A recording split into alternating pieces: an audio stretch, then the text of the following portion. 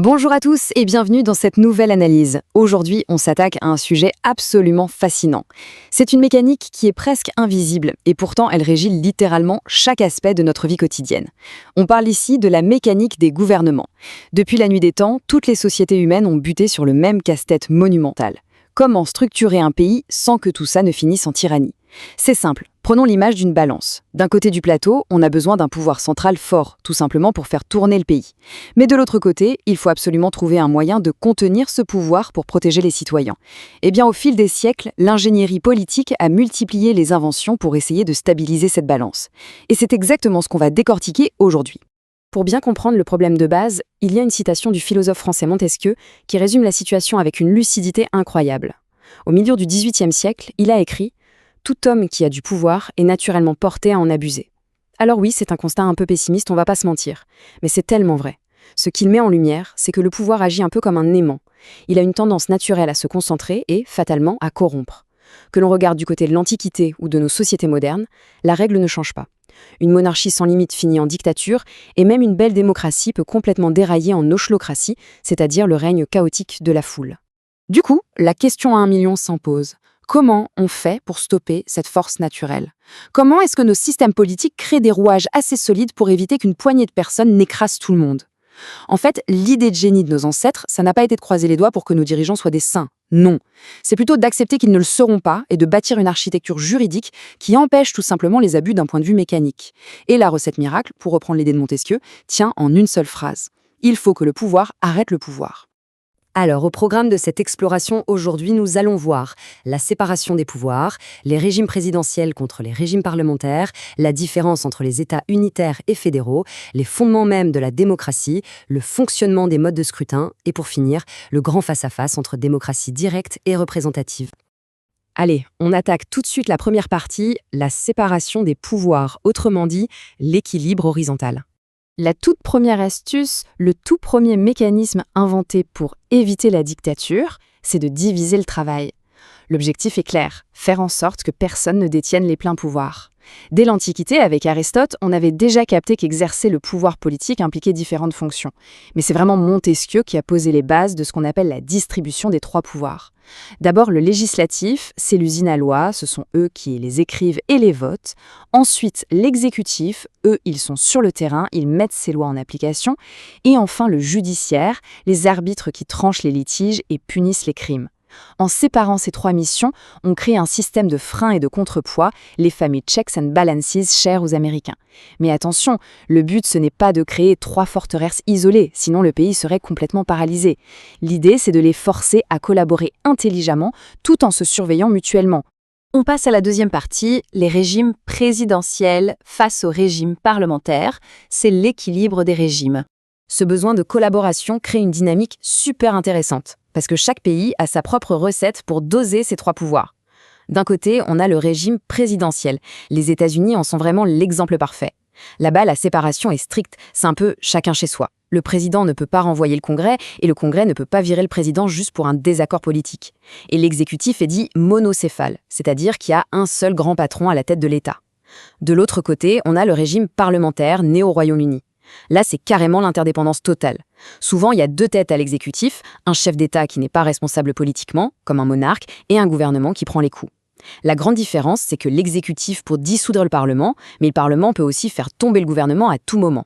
C'est littéralement une garantie de destruction mutuelle, et c'est exactement ça qui les oblige à faire des compromis au quotidien. Troisième point de notre analyse, les États unitaires et fédéraux. On passe à l'équilibre vertical. L'équilibre du pouvoir, ce n'est pas qu'une question de ministère et de parlement, ça se joue aussi géographiquement entre la capitale et les territoires. Prenons un État unitaire, comme la France ou l'Espagne. Le pouvoir central y agit vraiment comme un soleil unique qui rayonne sur tout le pays. Alors oui, il peut y avoir de la décentralisation. L'Espagne, par exemple, donne pas mal d'autonomie à ses régions, notamment sur une partie des impôts, mais à la fin de la journée, la souveraineté ultime reste fermement verrouillée au centre. À l'inverse, l'État fédéral ressemble beaucoup plus à un jeu de blocs de construction superposés. Aux États-Unis, en Allemagne ou en Suisse, le pouvoir est structurellement partagé dès la base. Les différents États qui composent le pays ont carrément leur propre constitution et une autonomie pour faire leurs propres lois. L'État fédéral, tout en haut de la pyramide, ne s'occupe que de ce qu'on lui délègue strictement, comme l'armée ou la monnaie. Franchement, c'est une architecture de répartition du pouvoir qui est totalement différente. Quatrième étape, les fondements de la démocratie ou le pouvoir du peuple.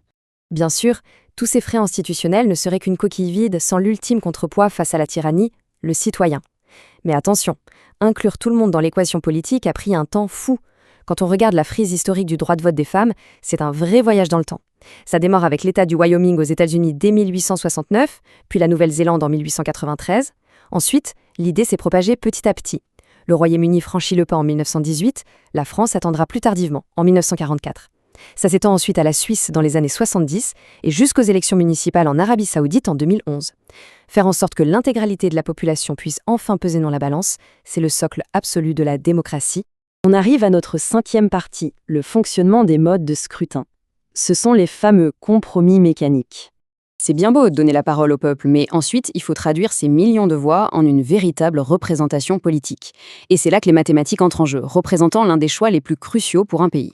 En gros, on observe deux grandes écoles. D'un côté, le scrutin majoritaire. La mécanique est rude, le gagnant rafle tout. L'énorme avantage, c'est que ça donne des majorités très stables et favorise l'émergence de deux grands partis. Mais le bémol, c'est que la représentation de la diversité des opinions y est beaucoup plus faible. De l'autre côté, on a le système proportionnel. Là, les sièges correspondent exactement au pourcentage des votes. C'est hyper juste et ça favorise le multipartisme. Le revers de la médaille, eh bien trouver une majorité peut se transformer en un véritable casse-tête, ce qui entraîne parfois une instabilité chronique du gouvernement, comme on a pu le voir historiquement aux Pays-Bas ou en Israël. C'est un équilibre permanent, une tension constante entre l'efficacité du gouvernement et la fidélité de la représentation.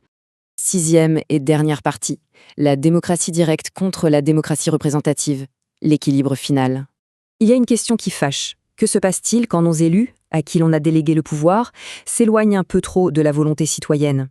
Heureusement, il existe des outils concrets, ce qu'on appelle la démocratie semi-directe, qui permettent de contourner les représentants pour tirer directement les leviers de l'État. On a d'abord les pétitions, qui permettent d'exiger un débat ou de proposer une loi. Ensuite, il y a le référendum, très ancré en Suisse, où les citoyens adoptent ou rejettent formellement un texte. Plus radical encore, le veto abrogatif. Pratiqué par exemple en Italie, il donne le droit aux électeurs de carrément annuler une loi existante. Et enfin, l'outil peut-être le plus redouté en politique, la procédure de révocation, qui permet de mettre fin prématurément au mandat d'un élu. Franchement, la mécanique d'une procédure de révocation est redoutable. Prenons l'exemple saisissant de la Californie en 2003. Étape numéro 1. Les citoyens insatisfaits doivent récolter un quota précis de signatures, souvent entre 10 et 30% des électeurs inscrits, et ce dans un délai très strict. Étape numéro 2. Si le seuil est atteint, l'État est forcé de déclencher officiellement un référendum de révocation. C'est une élection imprévue en plein milieu du mandat.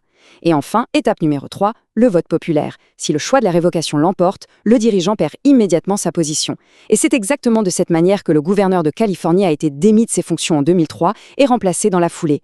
C'est l'exercice brut du pouvoir direct pour corriger une erreur perçue dans le système représentatif. Après avoir exploré tous ces rouages institutionnels complexes, il y a une vraie réflexion provocatrice qui s'impose aujourd'hui en guise de conclusion.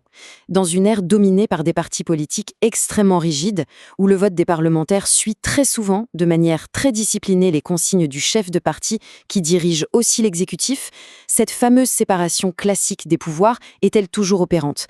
Est-ce que les institutions d'hier peuvent encore freiner les ambitions politiques de demain ? Ou bien est-ce que le véritable rempart réside désormais uniquement dans le maintien d'un pluralisme fort, la liberté des médias et l'intervention directe des citoyens, une excellente réflexion à garder en tête pour mieux comprendre le monde politique qui nous entoure.